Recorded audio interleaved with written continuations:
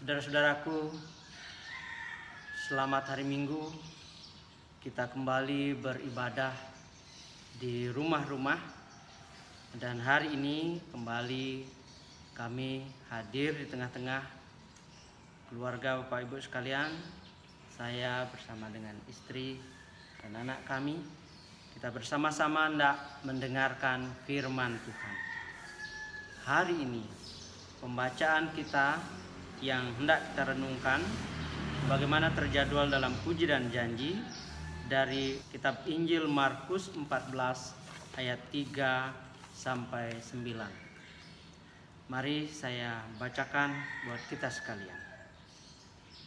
Pembacaan kita pada hari Minggu ini dari Markus 14 ayat 3 sampai 9 yang demikian. Ketika Yesus berada di Betania, di rumah Simon si kusta, dan sedang duduk makan, datanglah seorang perempuan membawa suatu buli-buli pualam berisi minyak narwastu murni yang mahal harganya. Setelah dipecahkannya leher buli-buli itu, dicurahkannya minyak itu ke atas kepala Yesus. Ada orang yang menjadi gusar dan berkata seorang kepada yang lain, "Untuk apa pemborosan minyak narwastu ini? Sebab minyak ini dapat dijual 300 dinar lebih dan uangnya dapat diberikan kepada orang-orang miskin." Lalu mereka memarahi perempuan itu. Tetapi Yesus berkata, "Biarkanlah dia, mengapa kamu menyusahkan dia? Ia telah melakukan sesuatu perbuatan yang baik kepadaku. Karena orang-orang miskin selalu ada padamu, dan kamu dapat menolong mereka bila mana kamu menghendakinya. Tetapi aku tidak akan selalu bersama-sama kamu. Ia telah melakukan apa yang dapat dilakukannya.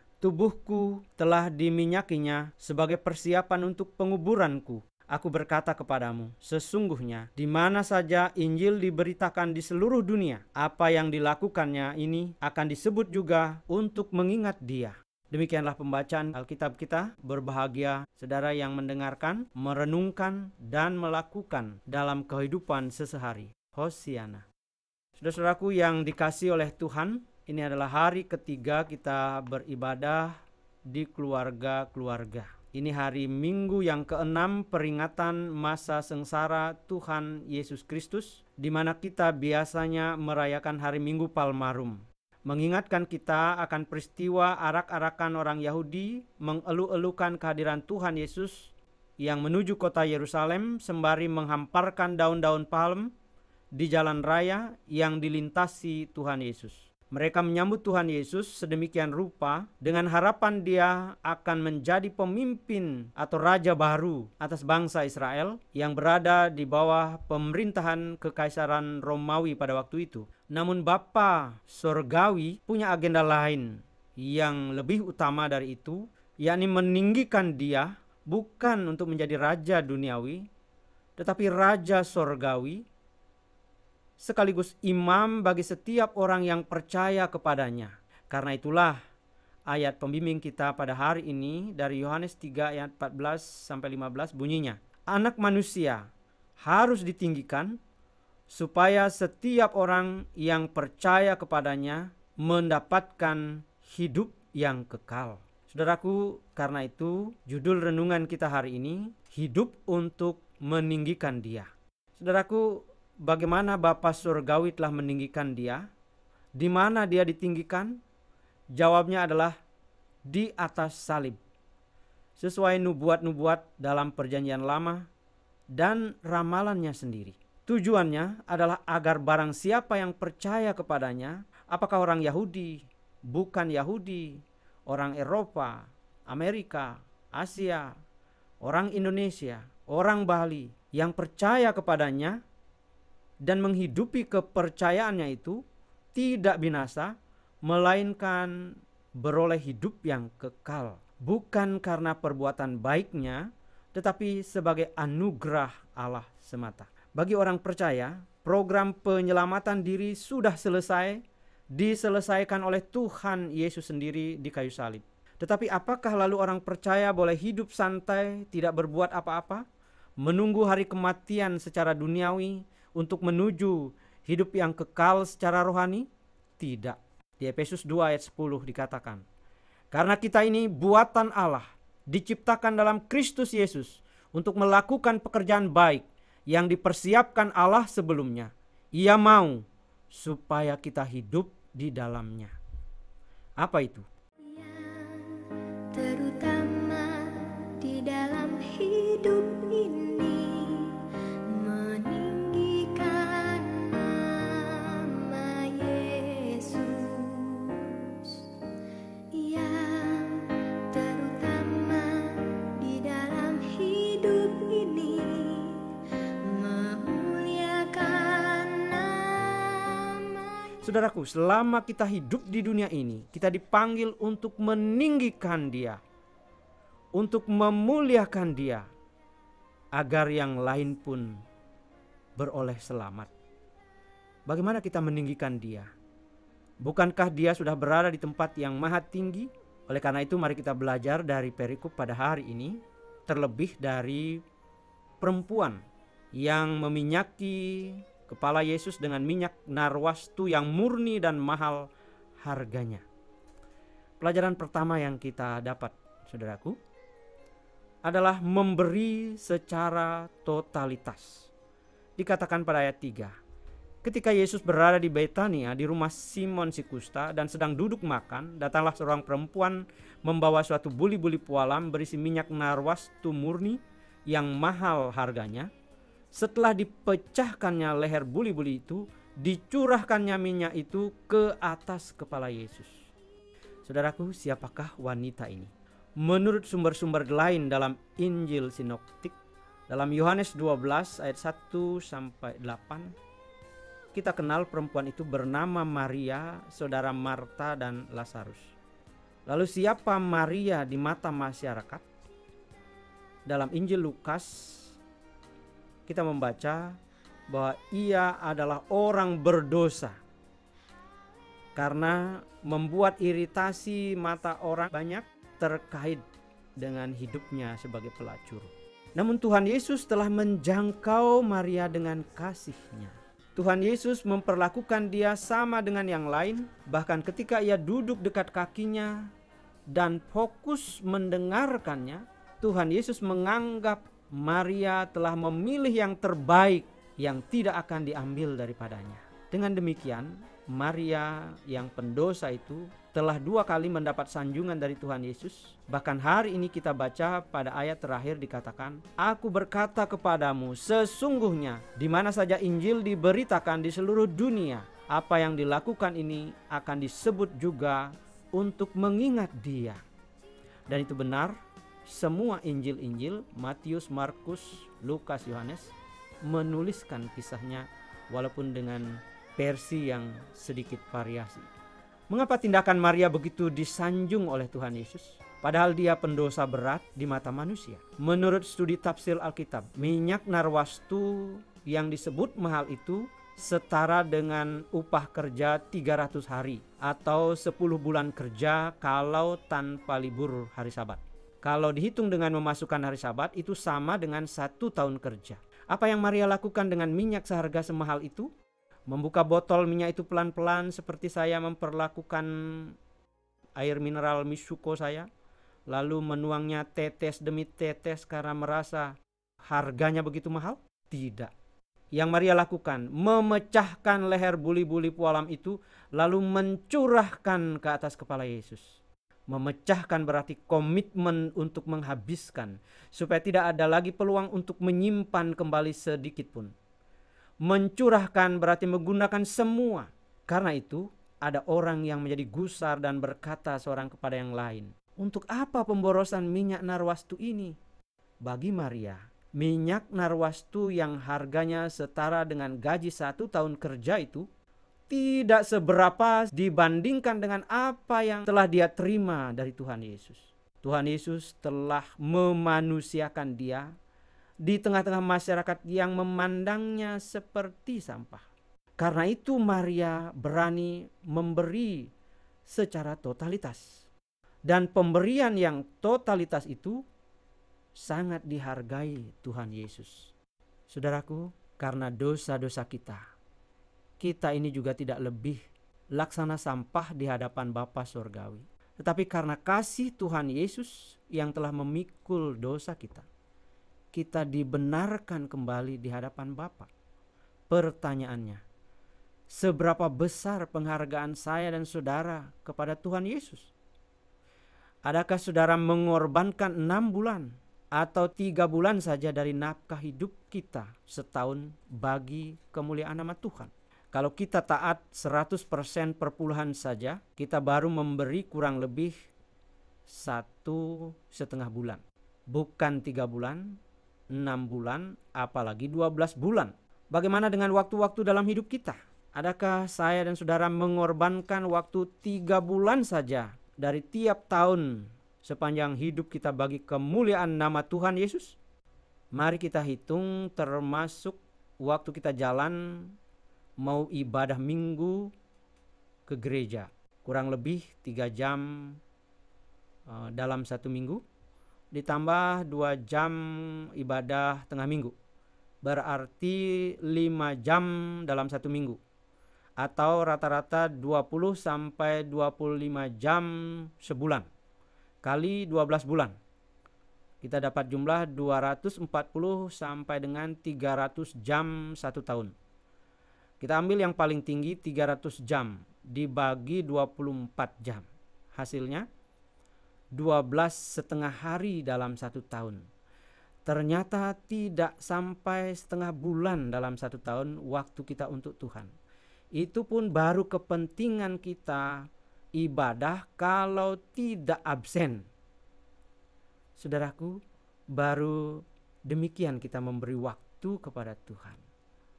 Oleh karena itu, seandainya saja ada tambahan kegiatan gerejawi yang membuat kita harus memberi lebih lagi waktu bagi pelayanan gereja untuk memuliakan Tuhan, kiranya kita ingat Maria. Kita tidak atau belum memberi seberapa. Mari berikan yang lebih untuk meninggikan nama Tuhan. Yang kedua, kita juga belajar dari orang-orang sekeliling Maria yang sok sosial namun alpa perbuatan. Saudaraku, pelajaran kedua yang kita dapati adalah dari orang yang berucap sok sosial, padahal semua itu untuk membela dirinya yang pelit. Dikatakan bahwa orang-orang yang melihat Maria berkomentar, untuk apa pemborosan minyak narwastu ini? Sebab minyak ini dapat dijual 300 dinar lebih dan uangnya dapat diberikan kepada orang-orang miskin. Lalu mereka memarahi Maria. Saudara, ketika kita menghargai uang kita, harta kita, waktu kita, kerja kita, profesi kita, hobi kita, aktivitas pribadi kita, lebih daripada menghargai Tuhan Yesus, maka cenderung kata-kata yang sama akan keluar dari bibir kita. Saat kita melihat ada orang yang mau memecahkan buli-bulinya untuk berbuat sesuatu yang membuat nama Tuhan dimuliakan, kita bisa bergumam, aduh, caranya itu membuatku harus memecahkan buli-buliku juga ya. Aku tidak mau aku tidak bisa itu. Maka untuk menolak ikut memecahkan buli-buliku, aku harus bilang saja tindakan itu merupakan suatu yang berlebihan. Pemborosan. Ketika seorang meninggalkan pekerjaan pribadi demi pekerjaan-pekerjaan gereja yang memuliakan Tuhan, yang lain bisa merasa tidak nyaman menyaksikan, lalu mengecamnya. Sebab semestinya ia juga bisa melakukan hal yang sama, tetapi karena tidak mau, maka membela diri. Tidak perlu sebegitunya, itu berlebihan, pemborosan. Masih ada banyak cara untuk melayani Tuhan, bukan? Tidak perlu sampai meninggalkan urusan pribadi. Tidak perlu nyumbang banyak-banyak, toh bukan itu yang dilihat Tuhan. Yang penting ketulusan hati, walaupun sedikit. Kedengarannya sangat rohani, padahal itu pembelaan kekikiran hati saja. Yang ini pelajaran yang harus tidak dilakukan. Yang ketiga, saudaraku, adalah mewariskan teladan abadi. Saudaraku, Yesus disebut Mesias, artinya yang diurapi. Tetapi tahukah saudara bahwa sampai pada kebangkitan dan naik ke surga, Yesus tidak pernah diurapi seperti halnya tradisi mesianik di Alkitab, yakni pengurapan bagi seorang yang mau diangkat menjadi raja tanpa maksud menggantikan sang imam. Ternyata Maria telah melakukan sesuatu yang imam di Perjanjian Lama biasa lakukan, dan ia lakukan itu terhadap Yesus. Maria si pendosa telah tanpa maksud yang khusus mengurapi Yesus laksana pengurapan bagi seorang imam, yang tentunya ia lakukan di luar maksud untuk menabiskannya sebagai seorang imam. Maka kesempurnaan gelar Yesus sebagai imam, nabi dan raja justru dituntaskan oleh Maria.